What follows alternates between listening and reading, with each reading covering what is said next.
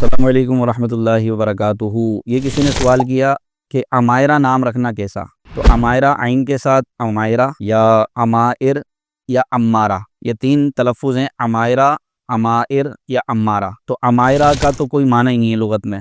اسی طرح الف کے ساتھ بھی اگر لیں عمائرہ، تو عمائرہ کا کوئی لغت میں معنی نہیں ملتا۔ دیگر ویب سائٹ پہ اس کے معنی مل جاتے ہیں، لیکن ڈکشنری کی اگر بات کریں، عربی لغت کی بات کریں، تو عربی لغت میں اس کا کوئی معنی نہیں ہے۔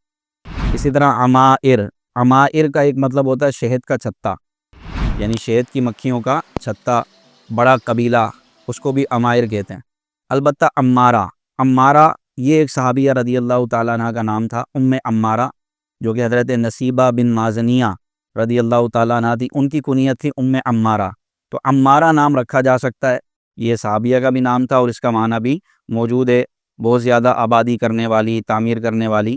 اور حضرت ام عمارہ رضی اللہ تعالیٰ عنہ کی ایک فضیلت خود نبی پاک صلی اللہ علیہ وسلم نے بیان فرمائی کہ میں نے احد کے دن اپنے دائیں بائیں اگر کسی خاتون کو میری جان بچاتے ہوئے دیکھا تو وہ ام عمارہ رضی اللہ تعالیٰ عنہ تھی، کیونکہ احد کے دن بڑا سخت دن تھا، اور اس وقت نبی پاک صلی اللہ علیہ وسلم کے دندان مبارک یعنی دانت مبارک بھی شہید ہوئے، تو اور کافروں نے یہ جو ہے وہ خبر پھیلا دی کہ حضور علیہ السلام شہید ہو گئے، تو صحابہ کرام حضور کی طرف دوڑے حضور کی حفاظت کے لیے، تو ان میں ایک ام عمارہ رضی اللہ تعالیٰ عنہا بھی تھیں۔